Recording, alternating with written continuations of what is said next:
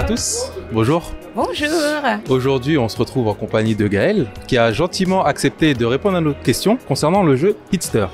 Donc Gaël, est-ce que tu pourrais déjà nous dire qu'est-ce que c'est Hitster, s'il te plaît? Alors Hitster, c'est un jeu d'ambiance musicale transgénérationnel avec plus de 100 ans de hits. D'accord.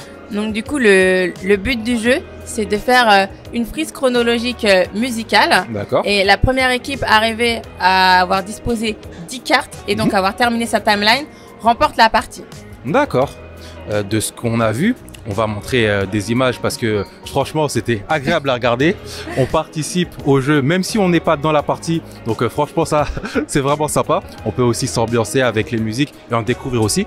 Parce que c'est vraiment, comme tu l'as dit, quelque chose où on essaye de replacer des musiques dans une frise chronologique. Donc peut-être que sur certaines musiques, on ne va pas forcément avoir la période, mais à l'oreille, on peut se repérer. Totalement. Et moi, ce que j'aimerais savoir, c'est comment cette idée est venue au jour. Parce que de ce que je vois, c'est un peu un remix ou une adaptation de tout ce qui concerne les blind tests. Oui, bah effectivement, on a remarqué que les blind tests étaient un peu intemporels et que ça fonctionnait bien. Mais on s'est dit qu'on voulait faire un jeu un peu plus inclusif. Et du coup, avec Hitster, vraiment, c'est accessible à tous, tout le monde peut jouer.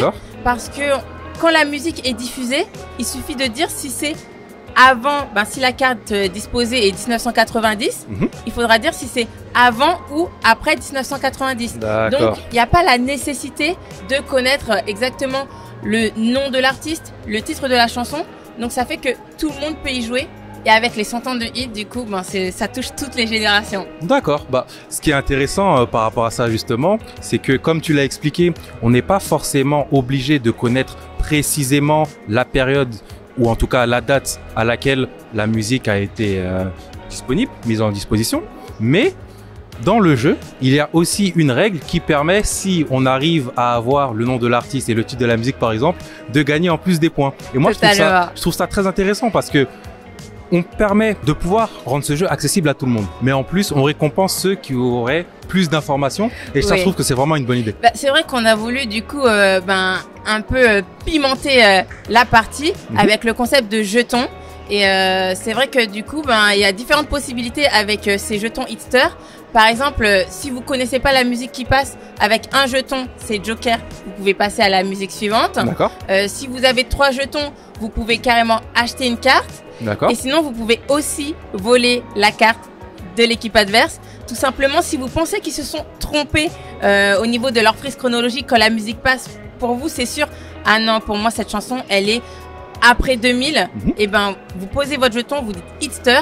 Et si c'est vous qui avez raison, vous remportez la carte de votre adversaire. D'accord. Et ça permet, même si ce n'est pas notre tour, non seulement de participer au jeu, mais en plus, nous, de montrer qu'on avait la bonne réponse.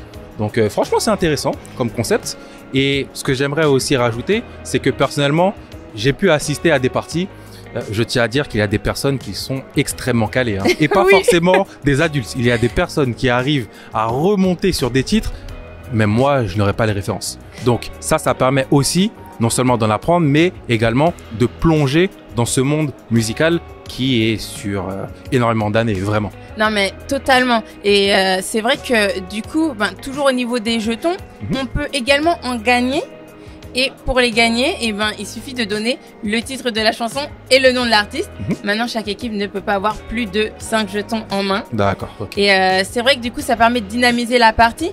Et pour ceux qui auraient une culture musicale plus importante, il y a différentes variantes de jeu. On a aussi la variante pro.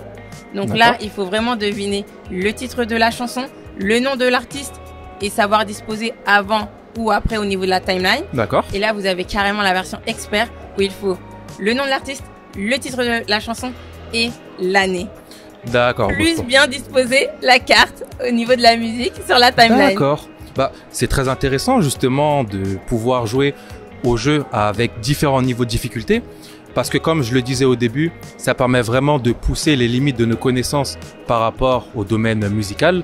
Et en même temps, moi ce que je trouve intéressant, c'est que ça permet aussi de découvrir beaucoup de choses. Parce que forcément, moi en tout cas, au début, je n'aurais pas forcément toutes les références.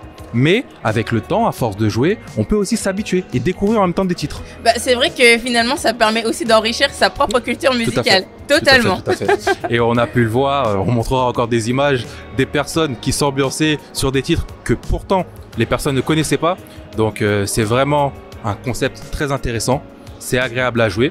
Tout le monde peut y jouer. C'est structuré de manière aussi à permettre à ceux qui n'ont pas forcément l'expertise totale de participer au jeu et d'apprécier le jeu. Totalement. Donc moi j'ai envie de dire, qu'est-ce que vous attendez pour jouer à Hitster? Eh bien écoutez, on vous attend sur la piste parce qu'avec Hitster, c'est vraiment ambiance garantie et faites improviser chez vous. Merci beaucoup.